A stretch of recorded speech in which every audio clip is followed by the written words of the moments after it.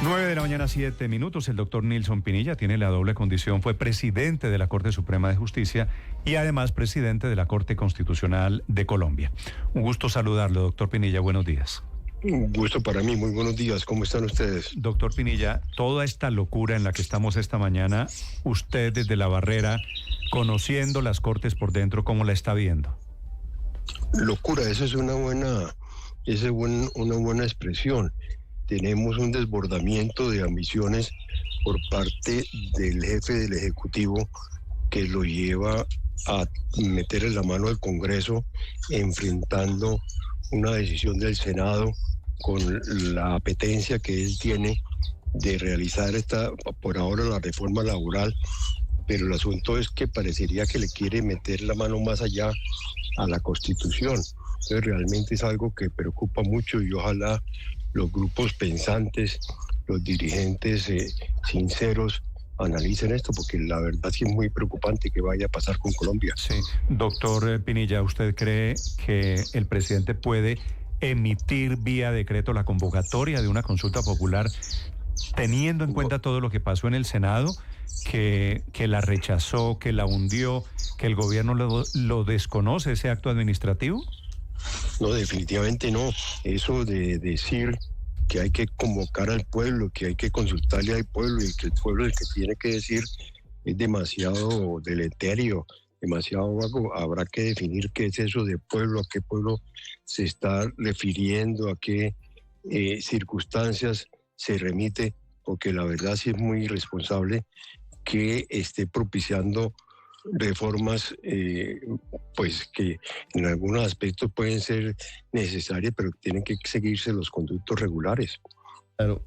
En ese escenario, doctor Nilson Pinilla, ¿cuál debe ser la actuación de los jueces? Al final, el fiel de la balanza está en la rama judicial, en las altas cortes, en los jueces en particular, y también, de cierto modo, en el registrador nacional. Teniendo en cuenta lo que dice la Carta Política, ¿cómo deben desempeñarse unos y otros en esta coyuntura?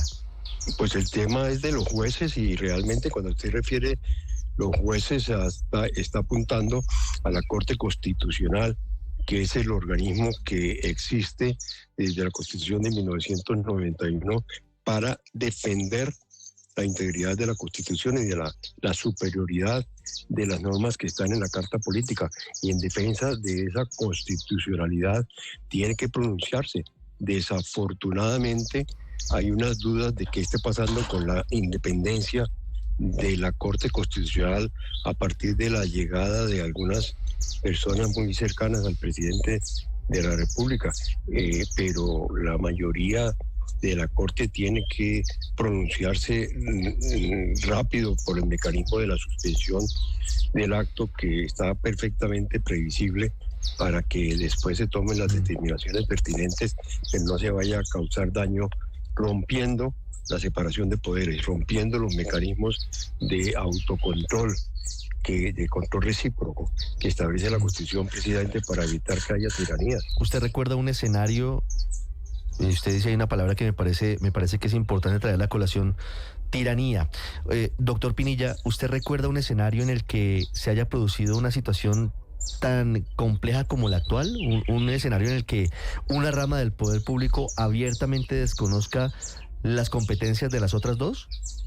Ha habido varios intentos por parte de presidentes que quieren sacar adelante sus iniciativas, pero realmente no ha habido una determinación tan grave como esta de desconocer la autonomía del Senado y la Constitución Política, que establece que para convocar una consulta popular tiene que mediar una decisión del Senado de la República. Eso se está desconociendo y el presidente de la República está tomando para sí funciones que son del Senado, y eso no lo puede hacer. Doctor Pinilla, ¿la decisión a todos estos dilemas está en manos de la Corte Constitucional o en manos del Consejo de Estado?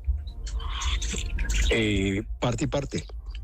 En cuanto a que se trata de un decreto, el Consejo de Estado es el organismo competente para examinar la legalidad y la eficiencia y la constatación con la Corte que sea, con la carta política que sea exequible.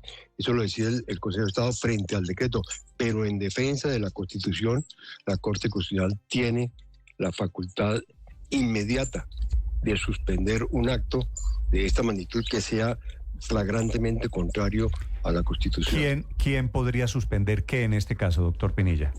Cualquiera de los dos órganos. Uno, el Consejo de Estado puede echar abajo el decreto, porque es el organismo que regula los actos del presidente de la República, para el caso concreto, los decretos administrativos. Y otra, la Corte Constitucional, que está cubriendo toda la juridicidad de la nación y tiene que pronunciarse en defensa del orden constitucional. Doctor Pinilla, ¿y la decisión puede ser contradictoria? ¿El Consejo de Estado decide una cosa y la Corte Constitucional decide otra? Pues podría ocurrir, pero yo creo que jurídicamente van a estar de acuerdo en que la Constitución prima y por ende ni se pueden expedir decretos de una forma tan autoritaria como me está ocurriendo, pero tampoco se puede quebrantar la Constitución en la misma forma autoritaria que está ocurriendo. Entonces, tanto el Consejo de Estado como la Corte Constitucional, en el ámbito propio de sus facultades, ha de pronunciarse, pero estoy seguro que estarán de acuerdo en defensa del orden institucional de la República. Sí, doctor Pinilla, pero el presidente Gustavo Petro parece tenerle mucha confianza a la Corte Constitucional. Él dice que le tiene fe, que prefiere ir allá y que es en ese tribunal donde va a estar definida la suerte de la consulta popular. Quisiera preguntarle, en su experiencia como presidente de ese alto tribunal, usted ya nos ha dicho, tienen que ceñirse a la Constitución, pero ¿hay alguna posibilidad de que en el caso de la Corte Constitucional le den la razón al presidente Petro?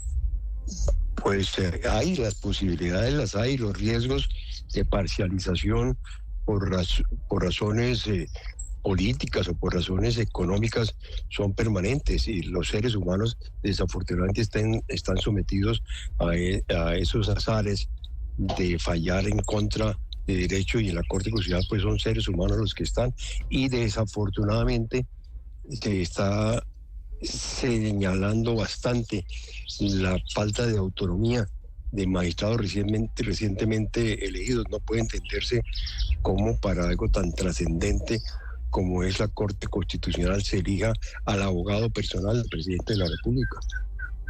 ¿Usted hizo parte de la Corte desde el año 2000, que como 2005, 2006 más o menos? Yo estuve en la Corte Constitucional entre el 2006 y el 2014. ¿Y encuentra diferencias entre esas cortes que fueron relativamente las primeras después de la Constitución del 91 y lo que está pasando casi 20 años después, doctor Pinilla?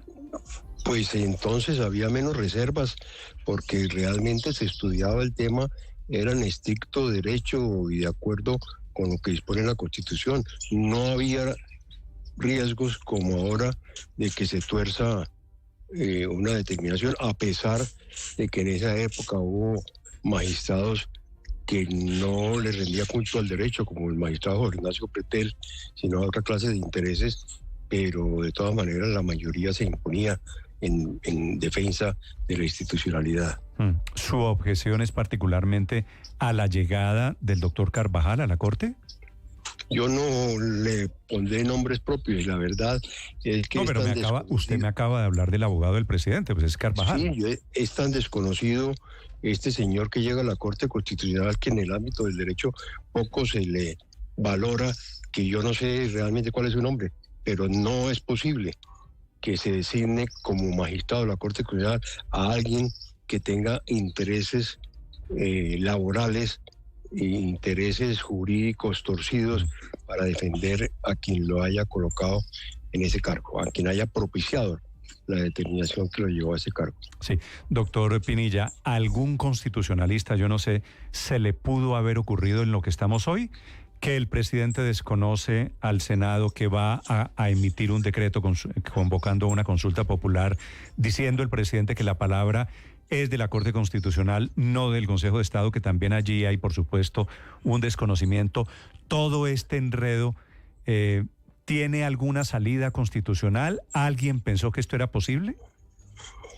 Todo es posible porque desafortunadamente el ser humano puede perder la objetividad a pesar de estar en tan altas posiciones como una magistratura en la Corte Constitucional. Todo es posible. Los seres humanos, en fin de cuentas, son volubles y obedecen en ocasiones a pasiones o a intereses económicos, pero realmente es la nación toda y la que tiene que poner atención a que no se presenten esa desviación de la juridicidad como parecería el riesgo de que ocurra. ¿Usted compartió en la Corte Constitucional con Eduardo Montealegre? No, señor. No, señor. Yo no alcancé Montealegre tal vez renunció cuando usted estaba llegando, ¿no? Sí, renunció en 2004. No, él estuvo... Antes. Yo no recuerdo exactamente. Sí, él no terminó el seguramente meses antes de que usted llegase. Sí, acordémonos que el doctor Montealegre es un mercenario del derecho que está dispuesto a sostener las posiciones por las que les pagan, ¿no? Sí, en esa también estoy de acuerdo con usted. Doctor Pinilla, gracias por acompañarnos esta mañana. Con mucho gusto, éxito en todo. Hasta Muy bien. luego. Son las